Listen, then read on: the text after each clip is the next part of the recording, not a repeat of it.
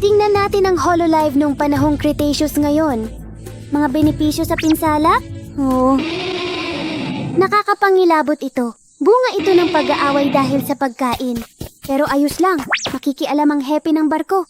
Ang galing niyan! Ang galing niyan! Naku, hindi iyan ang kalabang puwersa ng panahong ito, si Subarusaurus Spur Continente. Si Masa ay isang veterano na nanalo ng parangal. Miyembro siya ng idol group na Subalive. Ginagawa ko ang lahat para takutin sila. Pero wala talagang bakas ng Subaru Girls Watazilog. Masama yan. Sa wakas ay nahuli na rin siya. Kawawa naman. Pero isa lang itong bahagi ng kadena ng mga halaman. May napansing kakaiba ang mga miyembrong bumalik mula sa sakuna. Ang buhay ay puno ng kakaibang mga sandali. Nakikita ko. Tara na at tumulong na tayo.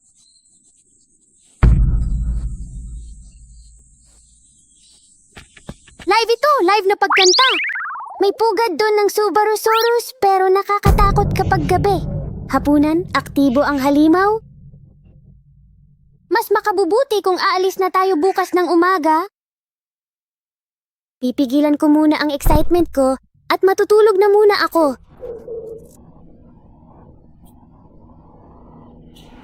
Kaya sa wakas umaga na, iniisip ko kung handa na ba ang lahat para umalis. Ha? Nakatulog ako habang tumatakbo pa rin ang laro ko sa PC. Iniisip ko kung gaano ako katagal naglalaro.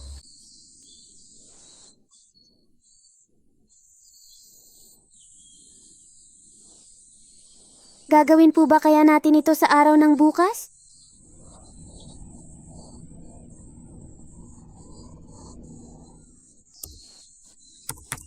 Ha? Naglalaro ka pa rin ba ng mga PC game? Gaano ka nakatagal naglalaro? Ang galing niyan! Isa kang perpektong halimbawa ng level 140 owner na yanat ng kabit niya. Anyway, maglalagin na ako. Iyan ang ginagawa namin. Ito ay mas maituturing na sikolohiya na nagmumula sa larong taiko kaysa sa realidad. Ang lalaking ito ay 187. 35. Hindi ito mabuti. Ngayon, isang kimchi lang ang kakainin ko, gaya ng dati.